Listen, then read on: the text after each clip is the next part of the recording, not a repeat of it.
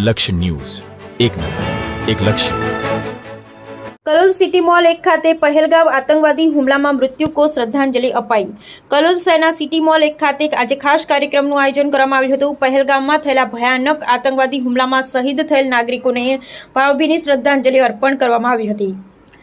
આ શ્રદ્ધાંજલિ કાર્યક્રમમાં શહેરના સિટી મોલ 1ના વ્યાપારી, સ્થાનિક આગેવાનો, મોટી સંખ્યામાં નાગરિકોએ ઉપસ્થિત રહી આતંકવાદી હુમલામાં મૃતકોને શ્રદ્ધાંજલિ આપવામાં આવી હતી। આ કાર્યક્રમ દરમિયાન મૌન પાળવામાં આવ્યું હતું અને દીપ પ્રજ્વલન દ્વારા મૃતકોને આત્માને શાંતિ મળે તે માટે પ્રાર્થના કરાઈ। આ કાર્યક્રમનું આયોજન કલોલ સિટી મોલ 1ના વ્યાપારીઓ દ્વારા કરવામાં આવ્યું। આયોજકો દ્વારા જણાવ્યું કે આ હુમલો સમગ્ર દેશ માટે દુઃખદ ઘટના છે। બ્યુરો રિપોર્ટ સંજય નાયક। પહેલગામમાં આતંકવાદી હુમલો થયો અને નિર્દોષ પ્રવાસીઓને આતંકીઓએ મારી નાખ્યા। આ આતંકીઓ ધર્મ પૂછીને લોકોને માર્યા છે।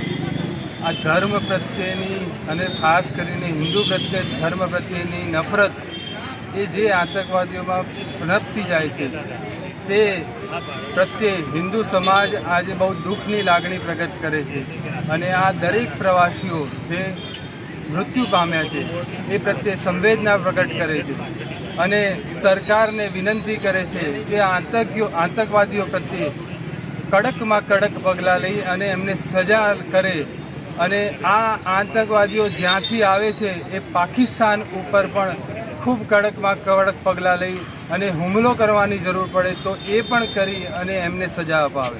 Thank you.